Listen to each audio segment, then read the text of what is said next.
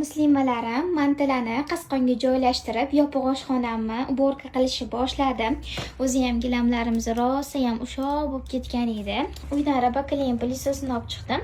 O'zi har doim roboklinni tozalayvermayman, lekin gilamlarimiz yomon bo'lib ketganda ora-orada roboklinni olib chiqib tozalasam, hamma yog'larni yaraqlatadi. Mana sizlarga ishlash jarayonini ko'rsataman. Mana qaranglar mana. Shuncha ushog'i. Bismillahirrohmanirrohim. Mana qizlar, o'sha ovozini eshitasizlar? Ketdi. Tortishini qaranglar qizlar.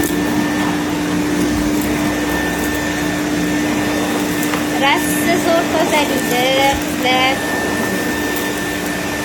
Olmoqchi bo'lsanglar, lekin tavsiya qilaman. Ha qaranglar. Tozalashni qaranglar qizlar.